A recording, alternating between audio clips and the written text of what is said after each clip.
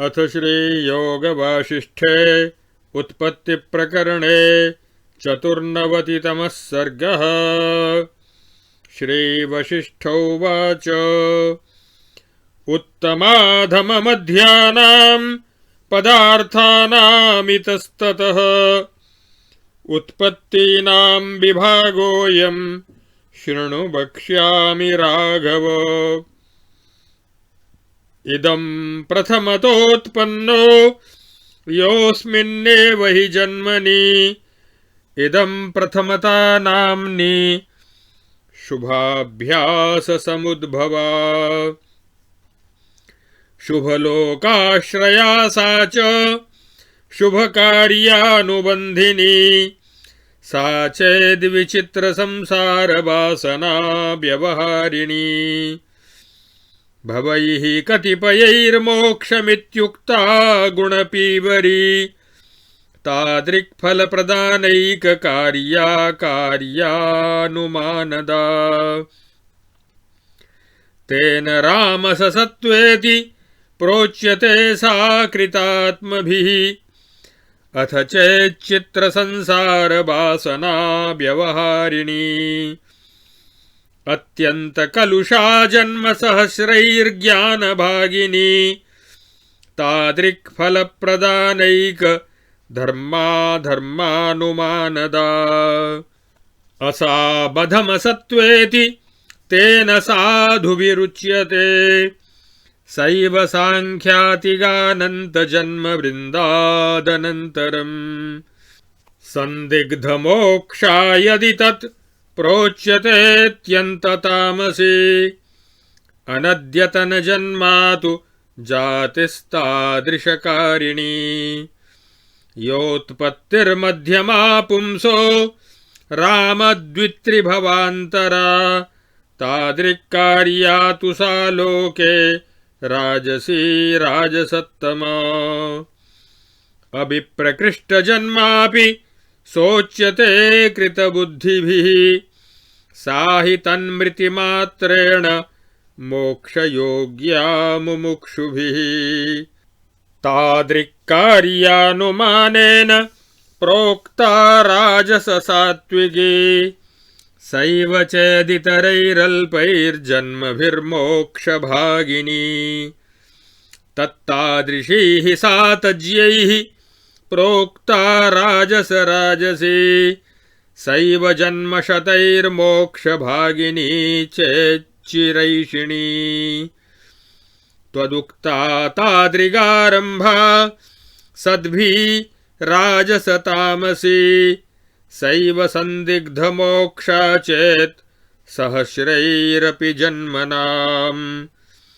तदुक्ता तादृशारम्भा राजसात्यन्ततामसी भुक्तजन्मसहस्रा तु योत्पत्तिर्ब्रह्मणो नृणाम्। चिरमोक्षा हि कथिता तामसी सा महर्षिभिः तज्जन्मनैव मोक्षस्य भागिनी चेत्तदुच्यते। तज्यैस्तामससत्त्वेति तादृशारम्भशालिनी भवैः कतिपयैर्मोक्षभागिनी चेत्तदुच्यते। तमो राजसरूपेति तादृशैर्गुणबृंहितैः पूर्वजन्मसहस्राढ्या पुरोजन्मशतैरपि। मोक्षायोग्या ततः प्रोक्ता तज्यैस्तामसतामसी पूर्वं तु जन्मलक्षाढ्या जन्मलक्षैः पुरोऽपि चेत्। सन्दिग्धमोक्षा तदसौ प्रोच्यतेऽत्यन्ततामसी सर्वा एताः समायान्ति ब्रह्मणो भूतजातयः। किञ्चित् प्रचलिता भोगात् पयोराशेरिवोर्मयः सर्वा एव विनिष्क्रान्ता ब्रह्मणो जीवराशयः। स्वतेजः स्पन्दिता भोगाद्दीपादिव मरीचयः सर्वा एव समुत्पन्ना ब्रह्मणो भूतपङ्क्तयः स्वमरीचिबलोद्भूता ज्वलिताग्नेः कणा इव सर्वा एवोत्थितास्तस्माद् ब्रह्मणो जीवराशयः मन्दारमञ्जरीरूपाश्चन्द्रबिम्बादिवांशवः सर्वा एव समुत्पन्ना ब्रह्मणो दृश्यदृष्टयः यथा बिटपिनश्चित्रास्तद्रूपा बिटपश्रियः सर्वा एव समुत्पन्ना ब्रह्मणो जीवपङ्क्तयः कटकाङ्गदकेयूरयुक्तयः कनकादिव सर्वा एवोत्थिता राम ब्रह्मणो जीवराशयः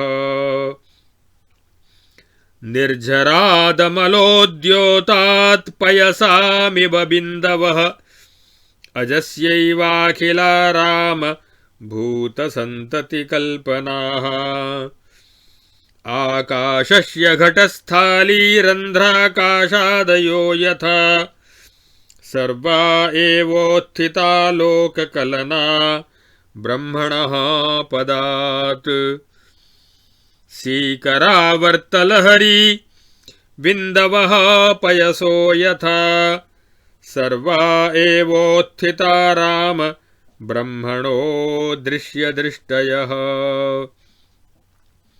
मृगतृष्णातरङ्गिण्यो यथा भास्करतेजसः सर्वा दृश्यदृशो द्रष्टुर्व्यतिरिक्ता न रूपतः शीतरश्मेरितज्योत्स्ना स्वालोक इव तेजसः एवमेता हि भूतानां जातयो विविधाश्च याः यस्मादेव समायान्ति तस्मिन्नेव विशन्ति च कश्चिज्जन्म सहस्रान्ते जातयश्चिरकालिकाः काश्चित् कतिपयातीतजन्मरूपा व्यवस्थिताः इत्थं जगत्सु विविधेषु विचित्ररूपा स्तस्येच्छया भगवतो व्यवहारवत्यः आयान्ति यान्ति निपतन्ति तथोत्पतन्ति रूपश्रियः कणघटा इव पावकोत्थाः।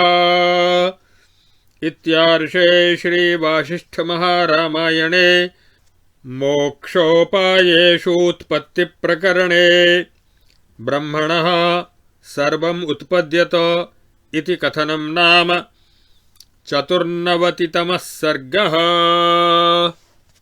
अब योग वासिष्ठ महारामायण के उत्पत्ति प्रकरण के 94वें सर्ग में जीवों की 14 प्रकार की श्रेणियां तथा परब्रह्म परमात्मा से ही सब उत्पन्न होते हैं। इस प्रकार सबकी उत्पत्ति का मूल कारण परब्रह्म परमात्मा ही है। इस कारण सबकी ब्रह्मरूपता सिद्ध करने के लिए ये प्रकरण प्रारंभ किया जाता है। श्री वशिष्ठ जी कहते हैं, हे श्री राम, सात्विक, राजस और तामस भेद से सभी पदार्थ उत्तम, मध्यम और अधम इन 3 श्रेणियों में विभक्त होते हैं। इनकी जो इधर उधर विभिन्न भुवनों में उत्पत्तियां बताई गई हैं, उनका विभाग इस प्रकार है। मैं बताता हूं, सावधान होकर सुनो। जिस जीव को अपने पूर्व जन्म में शम, दम आदि समस्त साधन तथा गुण संपत्ति प्राप्त होने पर भी ज्ञान नहीं हुआ, वह जीव इसी जन्म में ज्ञान लाभ के योग्य बनकर उत्पन्न होता है। अतः यही उसका प्रथम जन्म है। उस श्रेणी के जीव का वह जन्म इदम प्रथम इस नाम से विख्यात होता है। यह इदम प्रथमता पूर्व जन्म के शुभ अभ्यास से प्रकट होती है।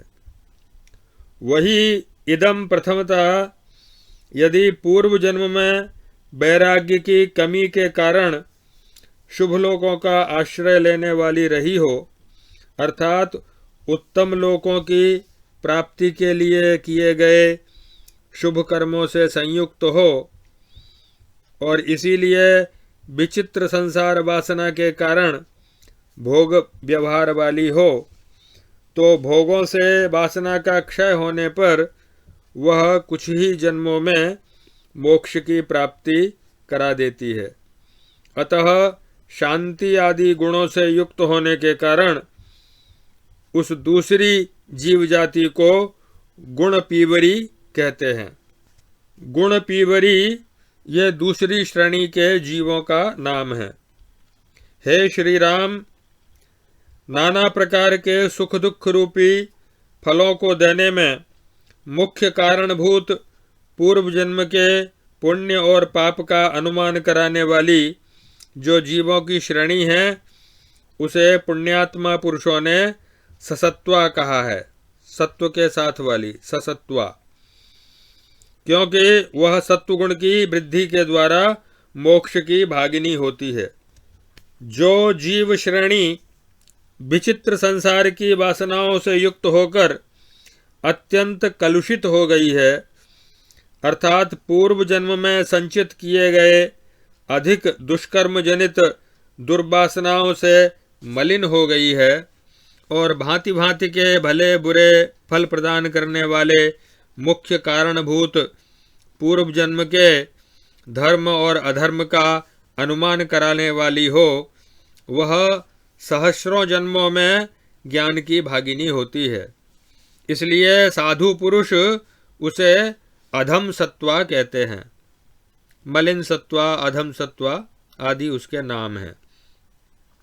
वही जीव श्रेणी यदि अध्यात्म शास्त्र से विमुख होने के कारण असंख्य अनंत जन्मों के पश्चात वर्तमान जन्म में भी उसके मोक्ष होने में संदेह ही रह जाए, तो उसे अत्यंत तामसी कहते हैं।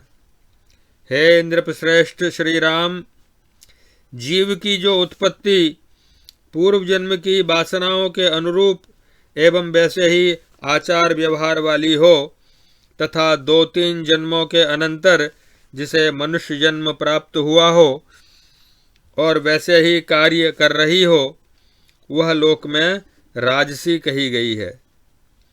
जिसके लिए ज्ञान प्राप्ति के योग्य जन्म का मिलना दूर नहीं है, जब जीव को ऐसी उत्पत्ति सुलभ हो जाती है, तब उस जन्म में मृत्यु होने मात्र से उसमें मोक्ष प्राप्ति की योग्यता आ जाती है। उस जन्म में उसके द्वारा वैसे ही कार्य होने से जो अनुमान होता है, उसके आधार पर ही मुमुक्षुओं ने उस अवस्था को राजस सात्विकी कहा है। वही उत्पत्ति यदि पूर्वोक्त मनुष्य जन्मों से भिन्न थोड़े से ही देवता आदि जन्मों में क्रमशः ज्ञान प्राप्ति के द्वारा मोक्ष की भागिनी हो, तो वैसी उत्पत्ति को उसके ज्ञाता विद्वान राजस राजसी कहते हैं। वही यदि राजस राजसी की अपेक्षा चिरकाल में मोक्ष की इच्छा से संपन्न होकर सैकड़ों जन्मों के पश्चात मोक्ष प्राप्ति की अधिकारिणी हो और ऐसे कार्यों का आरंभ करे जिनसे राजस एवं तामस कर्मजनित फलों की प्राप्ति हो, तो वह जीव जाति या जीव श्रेणी सज्जन पुरुषों द्वारा राजस तामसी कही गई है। यदि वही उत्पत्ति ऐसे कार्यों का आरंभ करे जिनसे सहस्रों जन्मों के पश्चात भी मोक्ष मिलने में संदेह ही रहे, उसे राजसात्यंत तामसी कहा गया है। सर्ग के आदि में हिरण्यगर्भ ब्रह्मा से मनुष्यों की उत्पत्ति हुई है। तभी से सहस्रों जन्म भोग लेने के पश्चात भी यदि बहुत जन्मों के बाद चिरकाल में मोक्ष मिलने की संभावना हो तो महर्षियों ने उसे तामसी उत्पत्ति कहा है। वह तामस उत्पत्ति यदि तामस योनि होने पर भी मोक्ष की संभावना से युक्त हो और वैसे ही कर्मों के आयोजन से सुशोभित होती हो तो उसे विद्वान पुरुष तामस सत्वा कहते हैं। तामस राजस गुणों से संपन्न कतिपय जन्मों में ही जहाँ मोक्ष प्राप्ति की संभावना हो उस उत्पत्ति को तमो राजस रूपिणी कहा गया है, तथा जो उत्पत्ति पहले के हजारों जन्मों से लेकर आगे होने वाले सैकड़ों जन्मों तक मोक्ष प्राप्ति की योग्यता से रहित हो उसे उत्पत्ति की श्रेणी का विभाजन करने और जानने वाले विद्वानों ने तामस तामसी कहा है। जिस उत्पत्ति में अतीत काल के लाखों जन्मों से लेकर भविष्य काल के लाखों जन्मों तक मोक्ष मिलने में संदेह ही रहे उसे अत्यंत तामसी कहते हैं। प्राणियों की ये सारी जातियां पूर्व कर्मानुसार ब्रह्म से उत्पन्न होती हैं। ठीक उसी तरह जैसे कुछ चंचल हुए समुद्र से तरंगें उठती रहती हैं। जीवों की ये सभी श्रेणियां उसी तरह ब्रह्म से उत्पन्न हुई हैं जैसे प्रज्वलित अग्नि से चिंगारियां प्रकट होती हैं। जैसे सुवर्ण से कड़े, बाजूबंद और केयूर आदि आभूषण प्रकट होते हैं उसी प्रकार ब्रह्म से सारी जीव सृष्टियां पूर्व वासना और कर्मों के अनुसार उत्पन्न होती हैं। हे श्री राम, जैसे घटाकाश, स्थाल्याकाश और छिद्राकाश आदि आकाश के ही कल्पित रूप हैं उसी तरह अजन्मा परब्रह्म की ही संपूर्ण प्राणी वर्ग के रूप में कल्पना हुई है। अतः वे सब प्राणी ब्रह्म के ही रूप हैं। जैसे जल से फुआरें, भंवरें, लहरें और बूंदें प्रकट होती हैं अतः सब जल रूप ही हैं, उसी तरह संपूर्ण लोक रचनाएं परब्रह्म पद से ही प्रकट हुई हैं अतः वे सब ब्रह्म स्वरूप ही हैं। हे श्री राम, जैसे सूर्य के तेज से ही मृग तृष्णा रूपिणी सरिताओं की प्रतीति होती है उसी प्रकार संपूर्ण दृश्य दर्शन ब्रह्म के ही संकल्प से प्रकट हुए हैं। ये सारे दृश्य, दर्शन और दृष्टा ब्रह्म के स्वरूप से भिन्न नहीं हैं। ठीक वैसे ही जैसे चांदनी चंद्रमा से और प्रकाश तेज से पृथक नहीं है, इस तरह जो नाना प्रकार की जीवों की श्रेणियां हैं ये जिस ब्रह्म से उत्पन्न होती हैं उसी में लीन भी हो जाती हैं।